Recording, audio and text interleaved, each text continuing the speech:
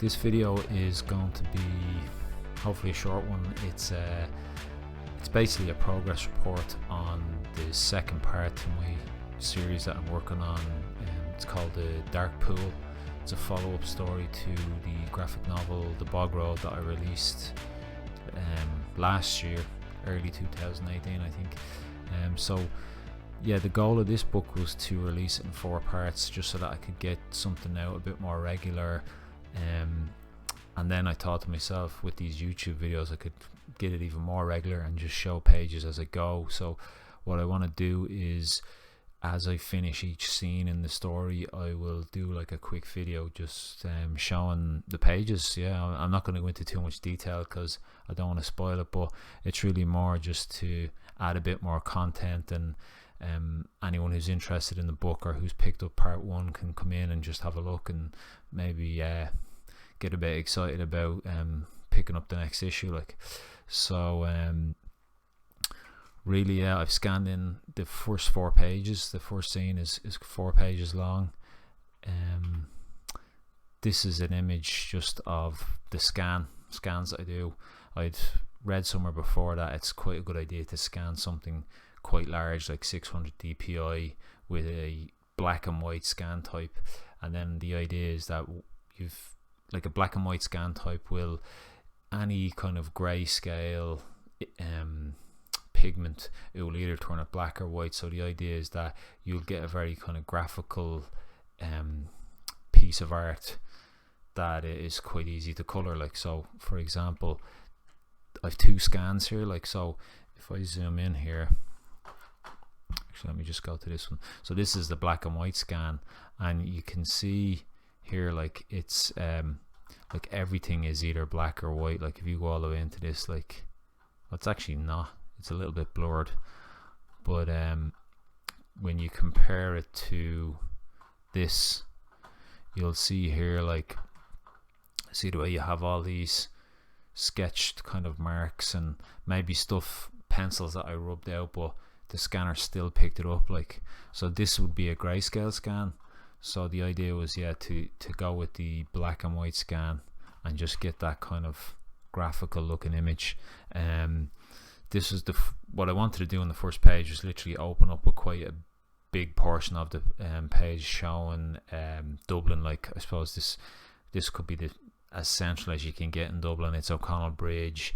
You've got the old Bailey's advertisement there. I didn't, for some reason I just didn't want to give the exact advertisement, so I kind of mix it up a bit. I got a good bit of reference for this. It's funny actually, on the original page I love the look of this environment, but for some reason I always find when I scan things in with the black and white setting, it just really simplifies stuff. Like, you do lose all those kind of nice like lines and stuff like that. And now that I look at this, I'm thinking, God, I could have put a lot more detail in there. Like, but I'm sure when the colorist does their work on it, it's gonna look, you know, pretty nice. And I feel now on the second part I'm getting a bit more used to drawing the water. There's a lot of water in this story because, you know, the characters are traveling along the River Liffey. But yeah, I suppose the scene opens here. You've got the 2 characters on the way up in the canoe that they're in, and it's set in modern day, so they're coming across this character here who's he's obviously not wearing modern attire. Like, I won't really go into too much detail, but yeah, I was very happy with this page overall. I like the way this these shots turned out, and just the brush strokes, and I'm just trying to get my artwork to feel kind of loose and sketchy, but also to look polished. I know that sounds like a contradiction, but yeah, I just want to kind of have art that's expressive, but that still looks like it's professional. This is the second page, so it's basically an exchange between this character in the old-fashioned clothes and the 2 main characters in the story. Good bit of dialogue here. Not too much to say about it really. Just tended to kind of go with these low water shots. I feel like they look a lot better when you stick low to the water, because you can do a lot of these splashes and you know, I suppose all these little effects. Like there's a lot of these white dots I used. Hang on one second. I tried out this this Tip-X pen just to see. It kind of worked pretty nicely. I've never really done that where I've inked something and then tried to use white out on top of it, but after the first experiment I think it's something that I'll definitely be using. I might try and use acrylic paint now, like white acrylic paint, but yeah, like even here in the first part of this book I just used a brush pen, but in this one I decided to go in with the fine liner. It's I can't remember the name of the brand of it, but I just felt for tightening up things like eyes, just getting nice kind of curves and stuff like that, I felt like I couldn't really achieve that with the brush pen, so I was yeah, just basically using the two in combination. Like even here I try and pull myself back from doing too much of this kind of cross hatching and stuff, because it would just take me forever to do pages if I got in too deep on that.